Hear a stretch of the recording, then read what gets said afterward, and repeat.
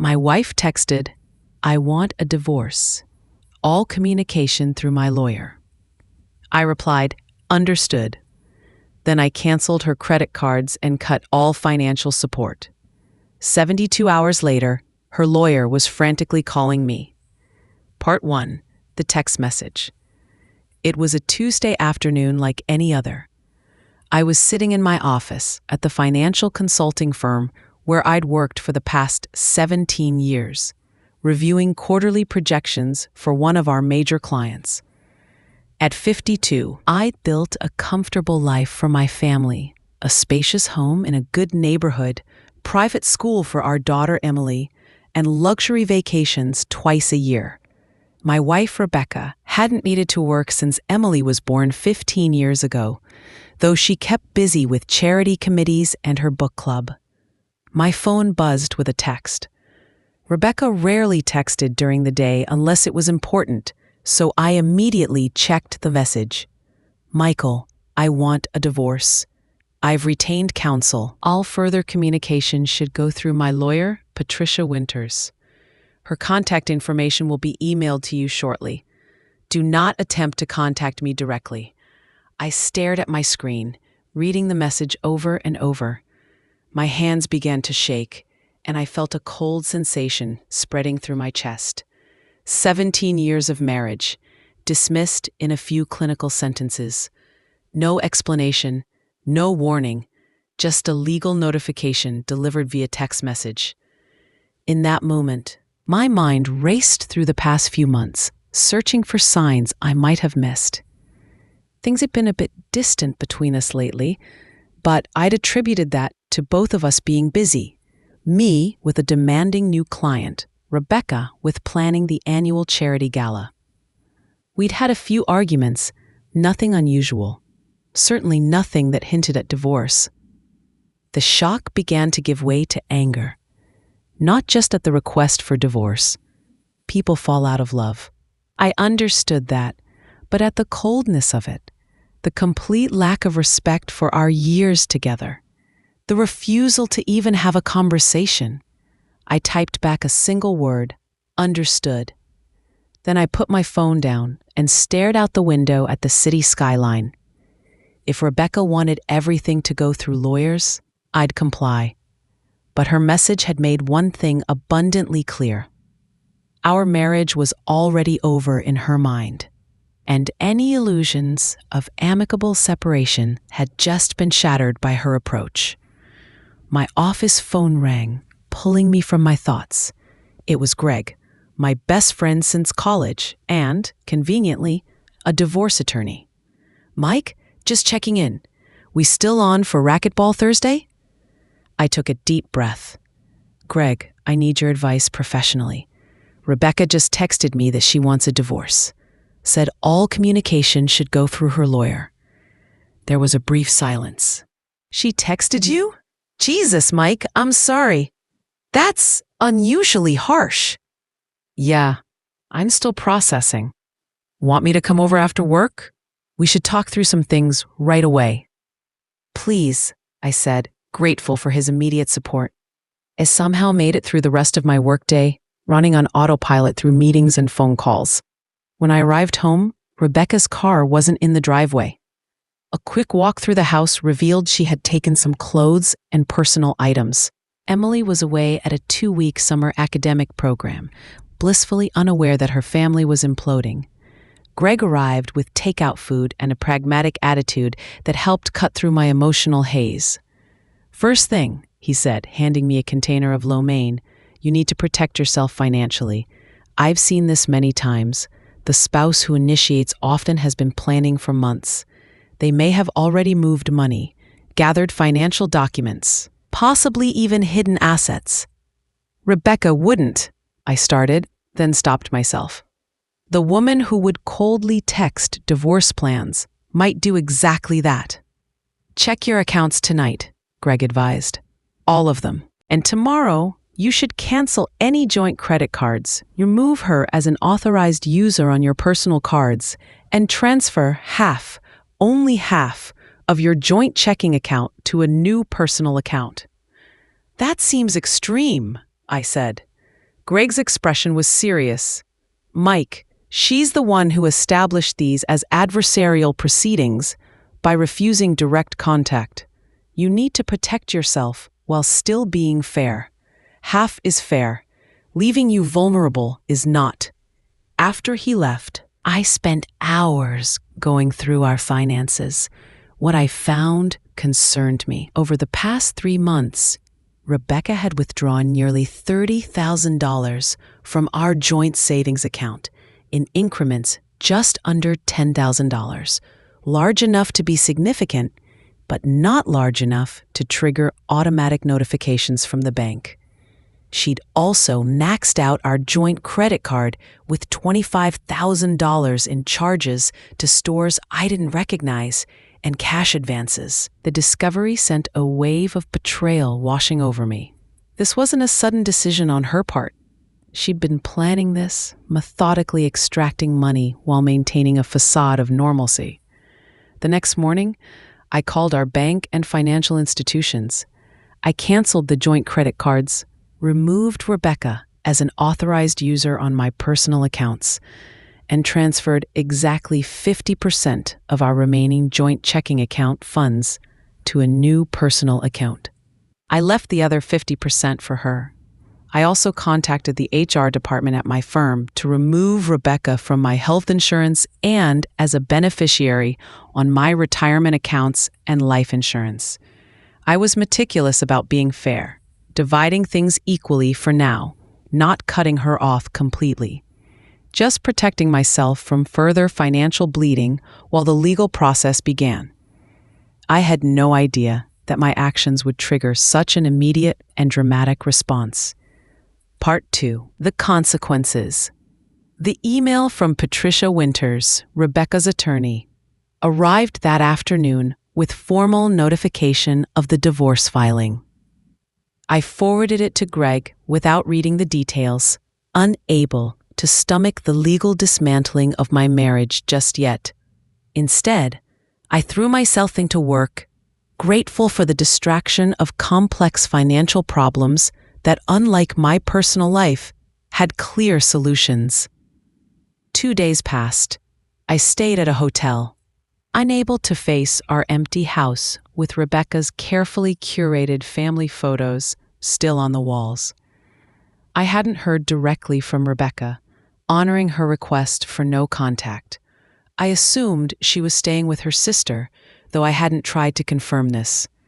On Friday morning, exactly 72 hours after Rebecca's text, my phone rang with an unknown number. Michael Barnes? A clipped female voice inquired. Speaking. This is Patricia Winters, Rebecca's attorney. We need to talk immediately about the actions you've taken. Her tone was urgent, almost frantic, nothing like the cool professional demeanor I'd expected from the lawyer Rebecca had chosen to handle our divorce. I have representation, I replied calmly. You should contact Gregory Mitchell at... Mr. Barnes, she interrupted, your actions in canceling Mrs. Barnes' credit cards and cutting off her access to funds constitute financial abuse and will reflect extremely poorly on you when we go before a judge. I was momentarily stunned by the accusation. Excuse me? I divided our joint checking account exactly in half. I left Rebecca's personal accounts untouched. I simply protected myself from further unauthorized withdrawals and charges. Mrs. Barnes is a homemaker who has sacrificed her career for your family, Winters continued. She has no independent income. By removing her access to household funds, you've left her in a precarious position. A precarious position, I repeated slowly. Like the position I found myself in when she withdrew $30,000 from our savings without discussion, or maxed out our joint credit card before informing me she wanted a divorce. There was a pause on the other end of the line. I'm not aware of those transactions, Winters finally said, her voice notably less confident. I have the bank statements, I replied. I'd be happy to share them with the court, along with the text message where Rebecca informed me she was divorcing me and refused any direct communication. I've simply respected her wishes while protecting my own interests. I divided our available funds equally, unlike Rebecca, who helped herself to funds without my knowledge. Another pause.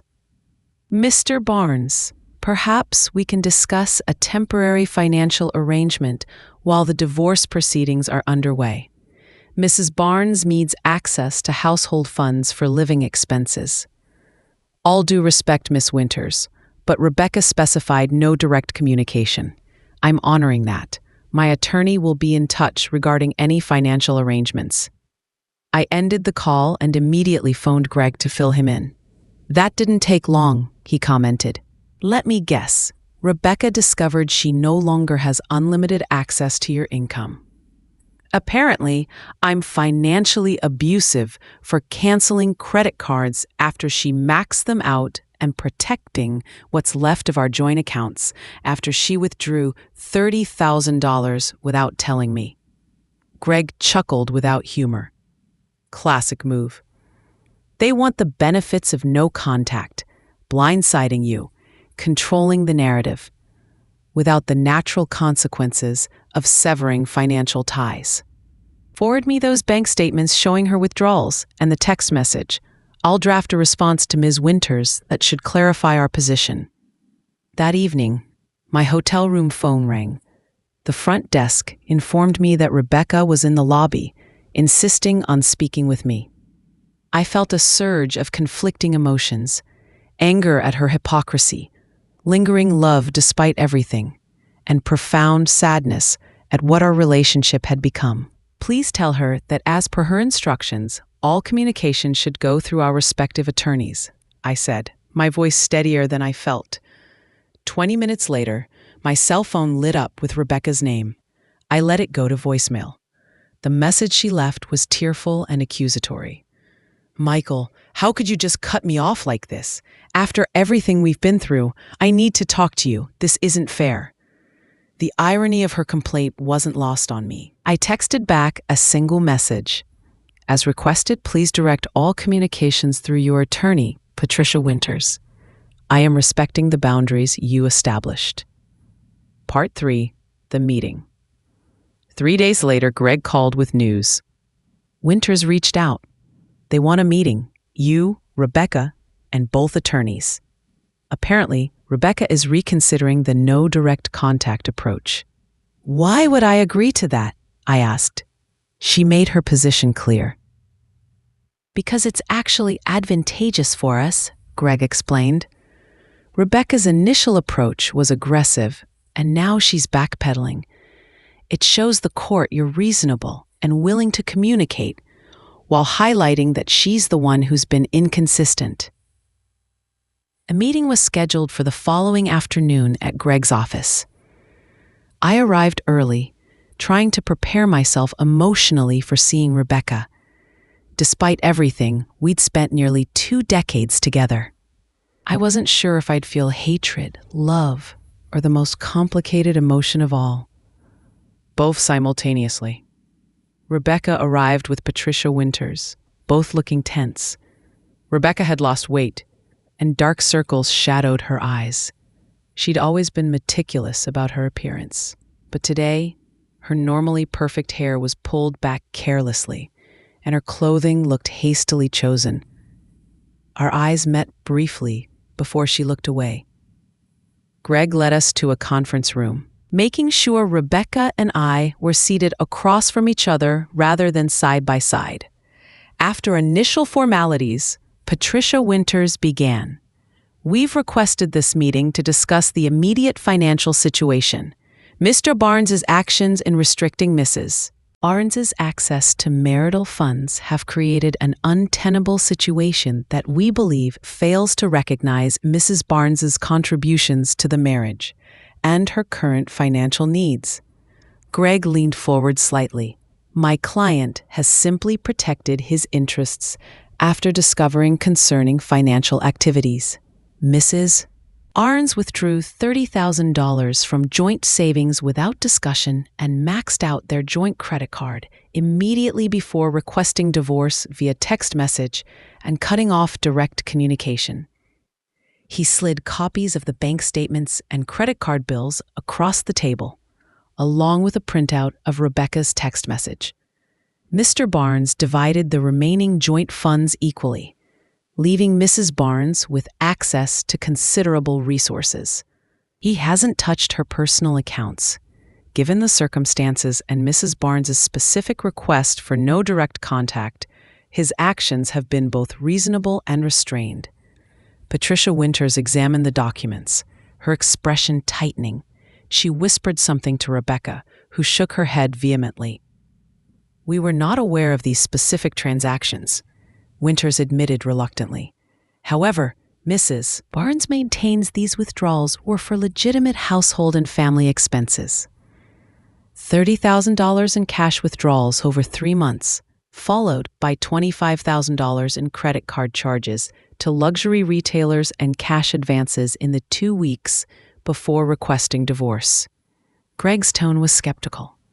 "We'll be interested to see the receipts for these legitimate household expenses." Rebecca finally spoke, her voice wavering slightly. "I want to speak to Michael directly, without the attorneys." Greg looked at me questioningly. I nodded. "We'll step out for 10 minutes, Greg said, standing. Patricia Winters seemed reluctant, but followed him out of the room. As the door closed, Rebecca's composed facade crumbled. "Michael, you can't do this to me. I have bills to pay. I have nothing." "You have exactly half of what was in our joint account," I replied, keeping my voice even. "Plus whatever remains of the $55,000 you took before informing me you wanted a divorce." She flinched. "That money is gone. I needed it to secure my future." "What does that mean exactly?" Rebecca looked away. "I made some investments. They didn't work out." I felt a cold realization wash over me. "You lost $55,000? How is that even possible in such a short time?" Her silence was answer enough. "Rebecca, what's really going on here? After 17 years, you text me about wanting a divorce, refuse to communicate, take a huge sum of money, and then lose it? This doesn't make sense." She remained silent, staring at her hands. "If you're in some kind of trouble, we can figure it out," I said, softer now. "Despite everything, I still care about what happens to you." The words surprised me as they left my mouth, but they were true. Beneath the anger and hurt, I did still care. 17 years of shared life couldn't be erased by a few days of awful behavior. Rebecca finally looked up, tears streaming down her face. "I met someone. He said he had an investment opportunity, guaranteed returns. I was planning to leave you, start over with him. But after I gave him the money, he disappeared." The confession hit me like a physical blow. Not just financial deceit, but infidelity as well. And worse, Rebecca had been thoroughly conned, her desire for a new life exploited by someone who'd seen her as an easy mark. "How long were you seeing this person?" I asked, fighting to keep my voice steady. 6 months, she whispered. "He seemed so different from you, exciting, passionate. He made me feel alive again. And now he's gone, with our money." She nodded miserably. I sat back in my chair, processing this new reality. My wife, the woman I'd built a life with, raised a daughter with, had been planning to leave me for months, had stolen from our shared resources to fund her escape.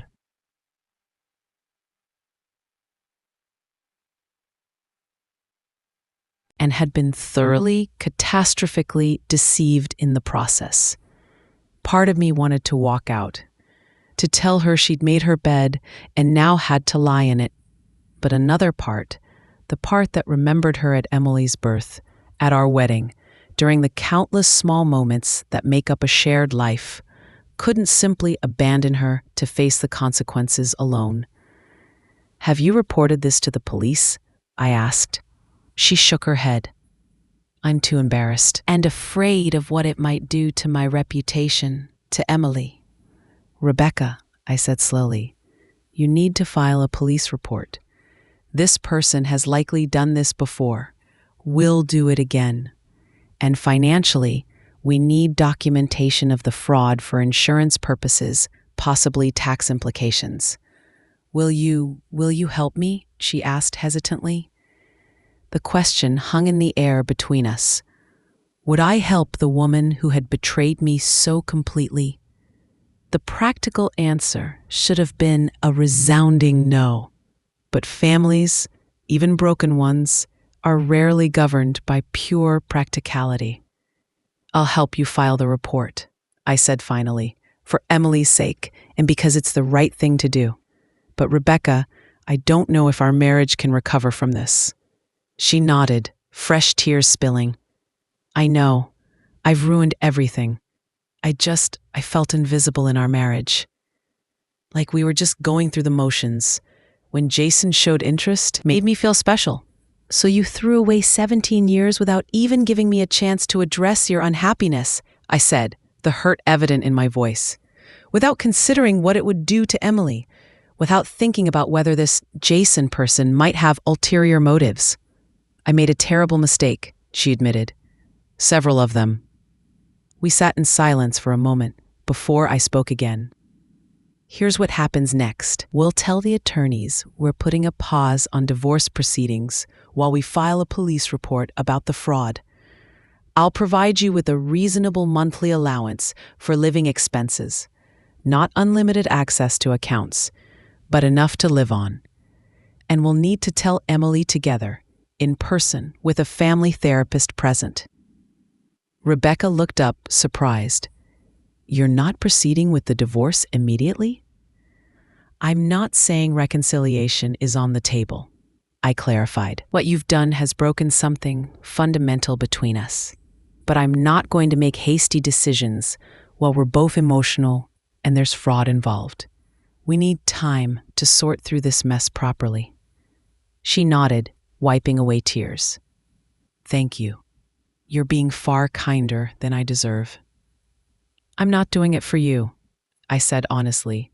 I'm doing it because it's who I am, and because after 17 years and a child together, I owe our history more than a knee-jerk reaction. When we called the attorneys back in, both seemed surprised by our composed demeanor. We've agreed to pause the divorce proceedings temporarily, I explained. There are some extenuating circumstances we need to address first, including filing a police report for fraud. Patricia Winters looked confusedly at Rebecca, who nodded confirmation. We'll be establishing a temporary financial arrangement that provides Rebecca with necessary living expenses while protecting the remaining marital assets, Greg added, quickly catching up to the new situation. As we wrapped up the meeting, I felt a strange mixture of emotions. Anger and betrayal, still dominant, but also an odd sense of clarity. The life I had thought secure had been revealed as anything but. Yet, in facing its collapse, I'd discovered something about myself, that even in my most hurt and angry moments, I could still choose compassion over revenge. Rebecca caught my arm gently as we were leaving. Michael, thank you for not destroying me when you could have. I looked at her, this woman I had loved for so long, who had become almost a stranger to me. That's the difference between us, Rebecca. I never wanted to destroy you, not even after what you did. Outside, in the warm afternoon sun, I took a deep breath. The future stretched before me, uncertain, but somehow more honest than the illusory security I'd known before. Whether Rebecca and I ultimately divorced or somehow found a way forward together, I knew one thing with certainty. I would emerge from this crucible as myself, my integrity intact. And in that moment, that seemed like victory enough.